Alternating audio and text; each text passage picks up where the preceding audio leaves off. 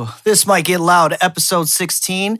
I am BØØM, a Dur. We're without Jeremy this week because fuck him. Can't stand him. Actually, no, he's actually just behind the mics. He's behind the scenes. Back there. He's going to handle and do what he actually likes to do.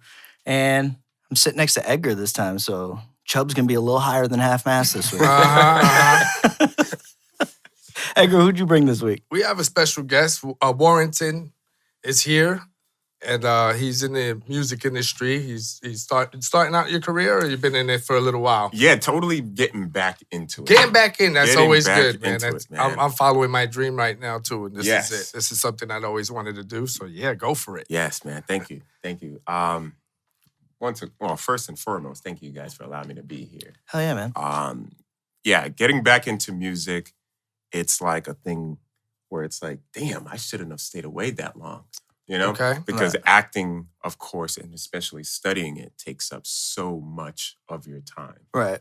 But it just felt right. It felt like it was time to get back into it and just exercise your instrument. You know, as an artist, you always want to do that anyways. So, yeah, I just felt it was right. It was just right. It felt right.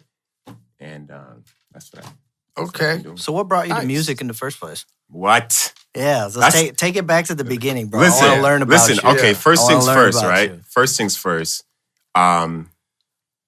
Growing up, I grew up with my greats, right? So mom and dad divorced in Brooklyn. From Brooklyn, we got here, right? Okay. Because what do you do when you get a divorce? You move in, you know, with family. So great-grandmother, great-grandpa, they all lived here. Okay.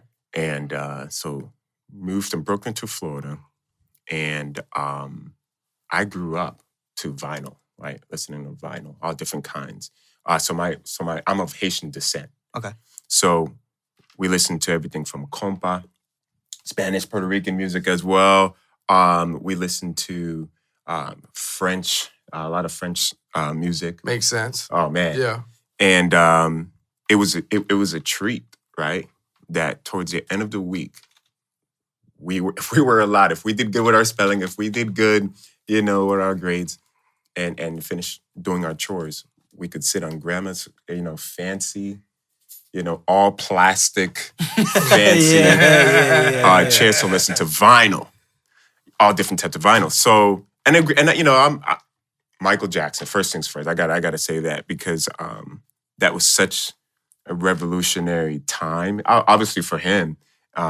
You know, breaking out from the Jacksons and just him being developed. Yeah. I was born in '87, so I'm considered a Generation X kid. And growing up listening to, well, of course I listened to the Jackson 5 even before Michael, but there was a lot of things being birthed around that. And I grew up. Around that era, yeah. What? Great music. I grew up very like naive to the aspect of when I saw like reruns of the Apollo and just like all these different types of artists coming out with their songs. I thought like, you know, everybody did this. You know what I mean? Like, okay. I thought it was like a thing that you actually do Yeah. if you discovered that you have that. It's Yeah. in you. So, and my aunt, Wanda, shout outs to Wanda Toby. You know, she got into dancing a lot, you know. So I exercised that as well.